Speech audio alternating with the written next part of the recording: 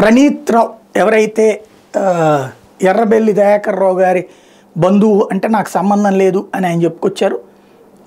SIB చూసినటువంటి ఆయన ఆ రోజున ఫోన్ ట్యాపింగ్లు చేయటం, ఆ ట్యాపింగ్కి సంబంధించినటువంటి వ్యవహారం మొన్న December 4th మొత్తం ధ్వంసం చేసి వెళ్ళిపోవడం, దాని మీద కేసు నమోదవడం, విచారణ చేస్తూ ఉండడం, కోర్టు కూడా విచారణ కస్టడీకి ఇవ్వడం, ఆయన నోరు విప్పినట్టున్నారు. అందుకే రకరకాల సోదాలు జరుగుతున్నాయి.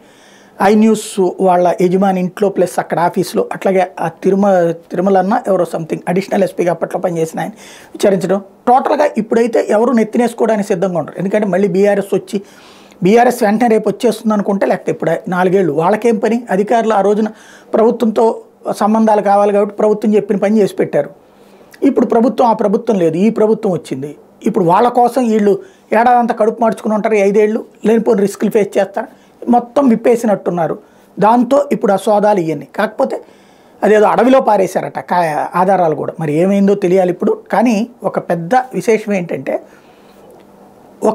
అంటే అధికార యంత్రాంగాలు చివరికి అధికార పార్టీలు తప్పుడు పని చేయమంటే కూడా చేసే స్థాయికి దిగజారుతున్నారా, లేకపోతే దిగజారే పరిస్థితి ఒత్తిడికి తలొగ్గుతున్నారా? అర్థం కాని మీమాంస ఇక్కడ.